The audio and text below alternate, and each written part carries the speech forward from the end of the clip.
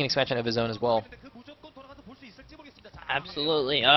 Nice spore colony placement, very important to get the maximum coverage out of the minimum amount of spore colonies. Having to build an extra spore colony at this point for coverage is definitely not something that he wants to do, considering his drone count is extremely low. But he is forced to build at least 2 at each base. Indeed he has, but look at how few drones he has now, spending 4 drones on those sun colonies. He's got 2 guys mining at the natural, and I think something only like 6 drones maybe at the main base, so really, really low economy right now.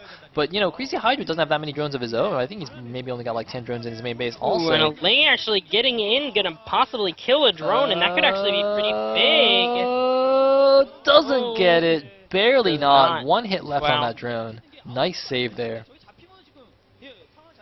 This is crazy. We got Mutas out on the map. Not sure if any buildings are vulnerable or if he'll go for drones or what he actually plans to do with these Mutas.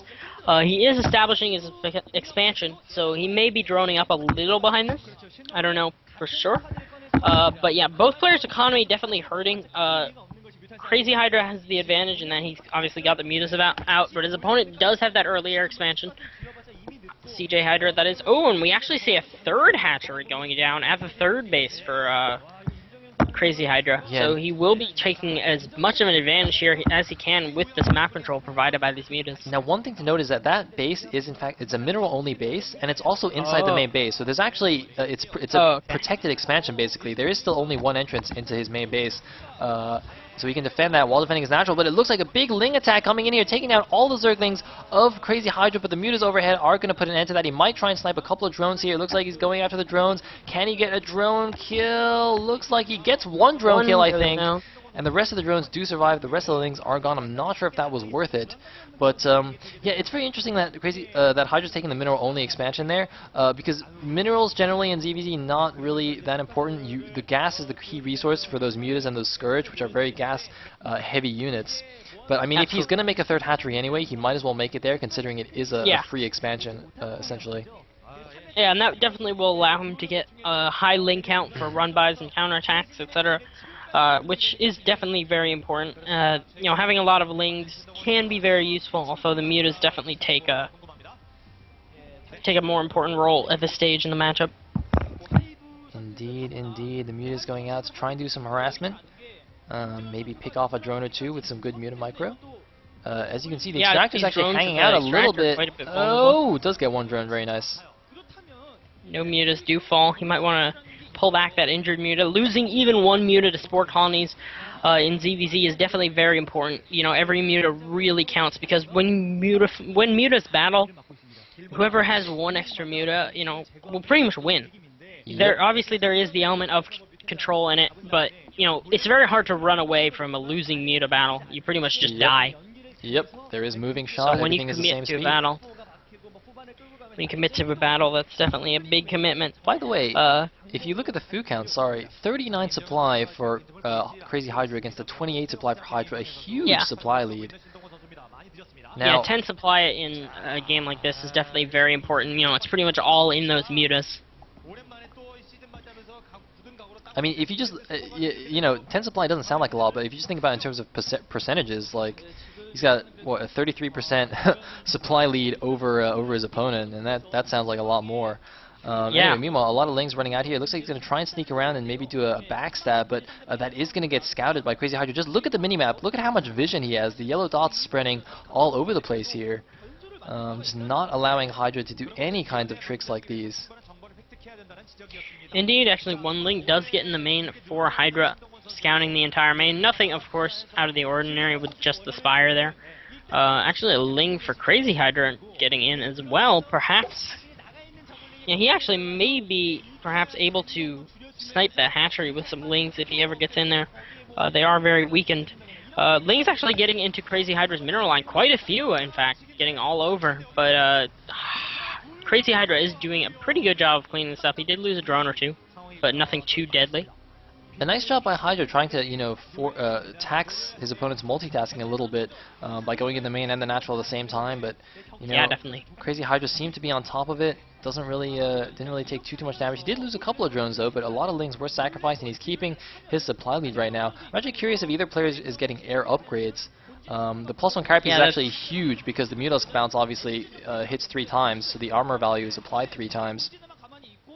Yeah, that +1 armor is actually really, really important. However, the +1 attack, of course, is a little bit cheaper, and therefore, in a really close game, might be preferred. Indeed. Also, I think really, if you're going to commit to an upgrade, you pretty much always want to commit to that carapace. It also finishes a little bit faster, I believe. So Oh, yeah, the as carapace? you say, yeah, I think it does. Interesting. So I did not know that. yeah, usually yeah, getting +1 attack first is some kind of very specific timing, whereas otherwise you just want to get the carapace. And looks like Yeah. a third expansion here, the gas expansion for Hydra. If he can keep that alive, that will be very nice for him, considering that will mean he has 1 extra gas over his opponent. Crazy Hydra having taken the mineral only base instead. But it looks like this Zerling's killing a couple of drones here. dying. Not the best exchange, but a huge supply lead now, like a 25 supply lead for Crazy Hydra. I really don't think he can lose this game. Yeah, his Mutaflock is definitely sizably larger than his opponent's. He should be able to dive the third base extremely easily as soon as he realizes what is going on. He won't be able to make a direct attack into the natural or the main for quite a while, considering the spore colonies there. But he does have pretty much full map control, and even if they were both stay on 2 bases forever, and he were to just deny the third, he would still have a huge advantage. Base going down for Crazy Hydra on the right as well at the gas expansion. Yeah, I think it's a very good idea. I mean, he has the air superiority, he has the map control, he's taken out this expansion. I mean, he's got everything going for him at the moment. He's got a lot of mutas. Yeah, and the thing is, in ZVZ, it's really difficult to make a comeback because everything is so low economy, everything is so tight. I mean, there's really not much room. He's been trying to do these link backstabs and try and fight his way back that way, but Crazy Hydra's just been playing so carefully, so impeccably that it's just not really possible. I mean, you kind of need your opponent to make some mistakes, play a little bit sloppily to come back in this situation, and it's just not happening. He has lost that hatchery now, and he's just so ridiculously far behind. It looks like +1 carapace has now finished for Crazy Hydra's air, so he's doing a good job. But it looks like a few lings getting stuck on the back here. Basically, there is a pathing problem in Brood War where neutral buildings are not considered in AI pathing, so units will actually try and run through them if they're nearby. So you have to be very careful with your rally points there. I think that hatchery in the back is rallied poorly, which is causing those lings to freak out like that. Yeah, definitely a famous example of that. Well, not famous, I guess, but prominent one. A few months ago, I guess, J-Dong managed to sit a couple of drones or something on a ramp and block about 20, 30 plus Hydras from getting out of his base for an extremely long amount of time. He ended up actually winning the game either way. Indeed, that was awesome. There are GIFs of plenty of that. If someone wants to link that in the chat for anyone who hasn't seen that, it is so funny. You don't even need to know like what the situation was or anything really. You just like look at it and you're just like, what is going on? It's beautiful. Indeed. Third gas being established for Crazy Hydra, as we did mention that gas is key in creating a large muta ball. And the mutas are pretty much what there is in this game.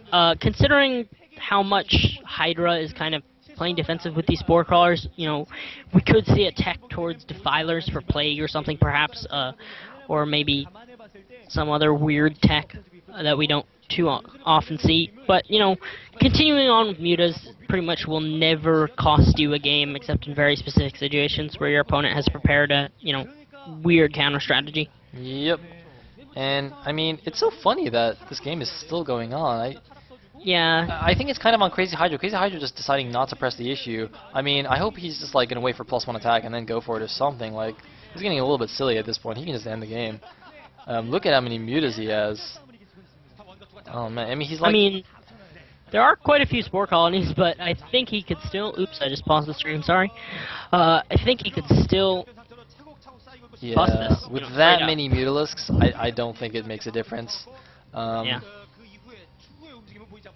Because spores will just fall so fast. Okay, he's mining his. You can't actually really see the exact amount because they never fan out really, but we can tell that it's a lot more than his opponent. One little tip that I learned is that if you just look at the shadow underneath the mutas, you can get a rough idea. Basically, the darker the shadow, obviously, the more mutas there are in the clump. So I mean, at this point, there's so many mutas that it doesn't really help anymore. But when you're looking at like one control group of muta, you can differentiate between like 5 or 6 muta and 11 muta like that.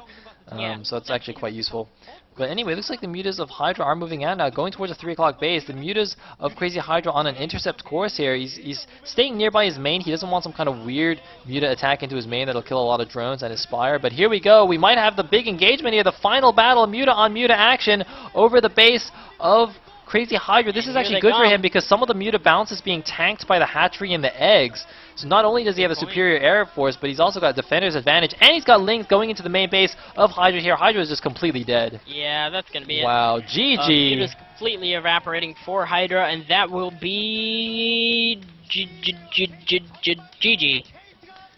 Alright, I gotta refresh the stream because I'm slightly behind. Crazy Hydra making it 2-1, and KT Rolster takes down the Brood War part of this series. Indeed. Congratulations, Oh but it is God, not I over forgot yet. to update the players. And now we are moving on to SC2, and Flash has not yet played today. Oh baby, Flash hasn't played, and we're moving on to StarCraft 2. Everybody get excited. You should already be excited, but if you weren't, you are now. Exactly, and if you were already excited, get more excited. Boom. Uh-oh, another shield person appeared in my chat. More shields! It's crazy, man. It's being taken over. It's like a hostile takeover right now. All sorts of crazy icons going on.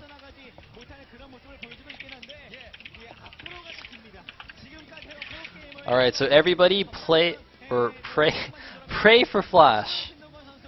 Pray they were not dumb enough to set him for game 3. Oh God. That would be nightmare of the century. And I can hear the commentators already saying, Lee Young-ho! They want Flash as well. God, I'm getting all tongue-tied just thinking about it. I'm so excited. Also, by the way, guys, if my voice sounds hoarse and I cough or sniffle occasionally, I apologize. It's because I've been casting a long time, and I'm a little bit sick, actually. So, yeah. Sad. That's unfortunate. It's very sad. Someone suggesting let's get #Flash trending on Twitter. Should we do it? Let's try it. You guys can do it. I don't use Twitter, so I can't do anything. Alright. Guys. Twitter.com/PokeBunny. You can just retweet mine if you want. Just #Flash. That's all. Hashtag See if we can get Flash. Go, go, go. Hashtag Flash. Hashtag Flash. #Flash. Hash Flash. Someone wants to post it up on Reddit and make it more popular. Let's see if we can get #Flash trending on Twitter.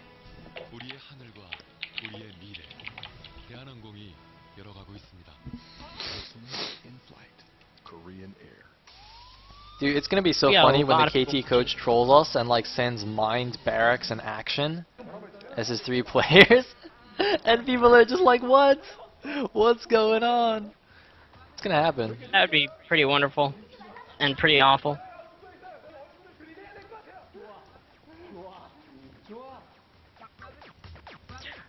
Oh yeah, another important point that I just saw in the thread. Hydra, the purple Zerg, the CJ Zerg in that game, is actually half blind.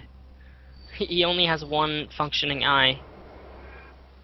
Wait, really? Yeah. I thought that was a joke. No, he only has 1 functioning eye. No, it's true. It's completely serious. I actually knew that before, but I forgot because I haven't watched this game in forever. Aha. That's interesting.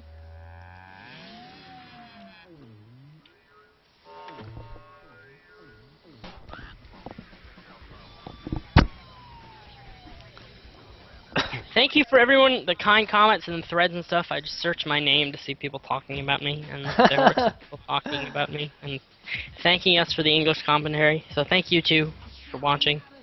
Nice, nice.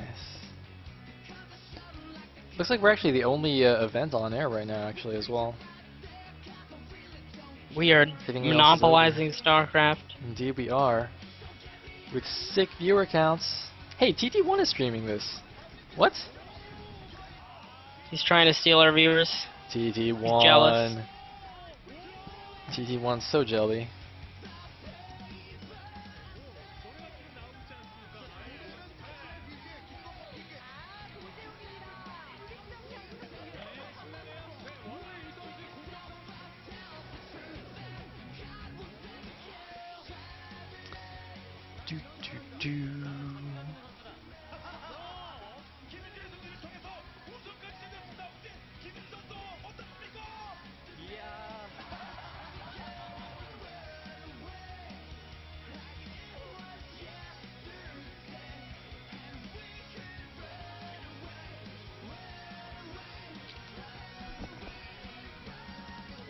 Sorry, everyone is probably tired of me reading comments about myself, so I'll stop reading them. Now I'm just taking a breather here. Gotta keep myself alive for the rest of the day. Probably a We're good not idea. even halfway through. It's true. That's depressing to think about.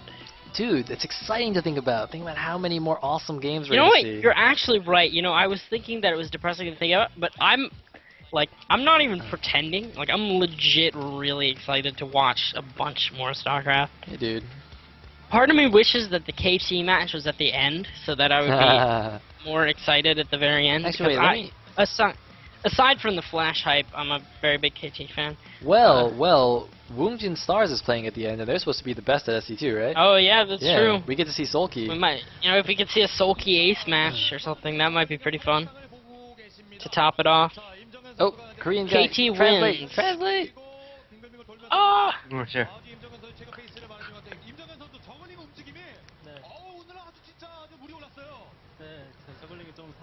Oh, like they're impressed by impressed by his zergling movements apparently.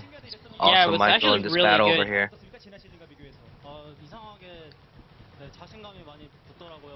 I gotta agree with them. The question was like why are you so good at this battle and stuff, and then the answer was he was just confident that like this final the event's happening, he's hyped up, and then he said he grew some balls so he can do this like really big offensive attacks and gain some big advantage of it. What a boss. Indeed.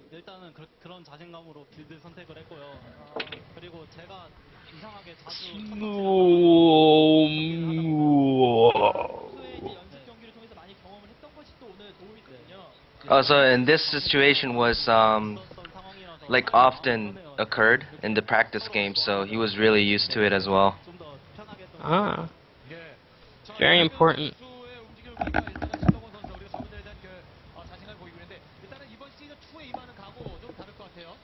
They're asking about, about what kind of thoughts you're having in season 2 overall. So he's worried in the beginning, but as time comes, he's gonna be better and better.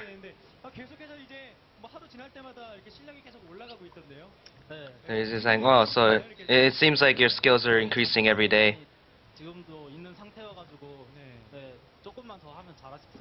And then he's saying, "Oh, I think I can reach to a point that I can be one of those the top 3s or a really strong player."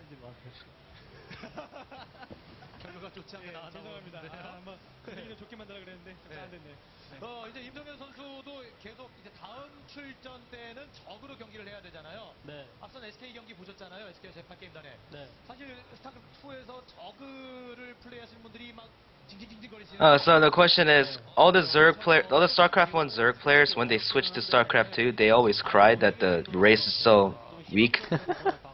So he's asking that to him. And then he says, I mean, even though I got a very bad race, I'll practice really hard, try to win with the Zerg race. Yeah, they all seem to think that Zerg sucks. I don't know why. Yeah.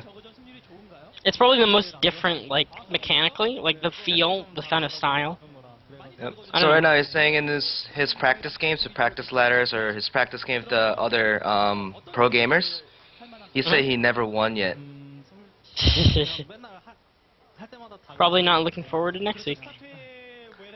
Yeah, it's saying it says the Zerg changes a lot. It's like it's very versatile, and it's like every time he has a battle, it's not as it's like it's different every time, and then you can't really find out a pattern for it. So he just decided that he just concluded that the race is really confusing. That's really interesting.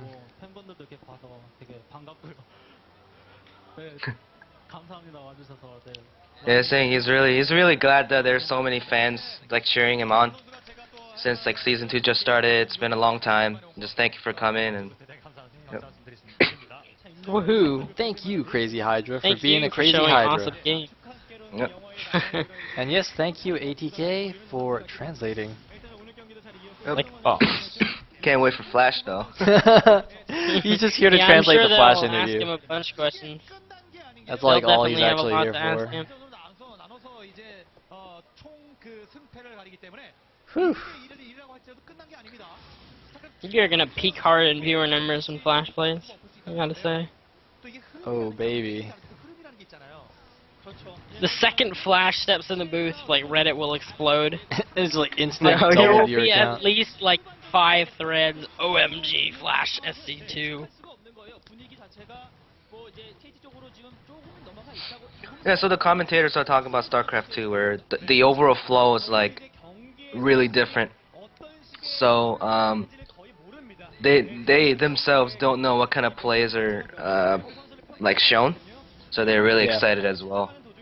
Nice. I'm excited. We got StarCraft 2 coming up next. You know what? God, I love this format. I actually really didn't think I'd be saying this, but I actually find this so entertaining. Like, Right. I think it's awesome. Poke Bunny has been converted to the dark side. Guys, I would hate being a he is player. a in Kespa this format, agent. though. Poke Not gonna Bunny's lie. being paid by Kespa. Ah! I mean, Yeah. I don't know, this hybrid thing is really cool. I mean, we could have some of the Brood War fans transitioning very slowly, I guess. Indeed. Yeah. That is our You goal. have to watch StarCraft 2. That was kind of the goal, I think, of the slow switch, is that they could get a lot of the fans to stay with it. And I actually think this like mixed format is really fun. Like, I think the strategies, like kind of comparing them between the two games and seeing how they adapt to playing both, is just kind of really interesting. Anyway, I would like to see better That's SE2 games, though. I mean, you know, the first series, the PvP was the bizarre. first two were pretty And average. then, like, the PvC yeah, was, the PvP Jaedong's was kind boring, of just to be honest. died. The PvP was not a very interesting game. And the PvZ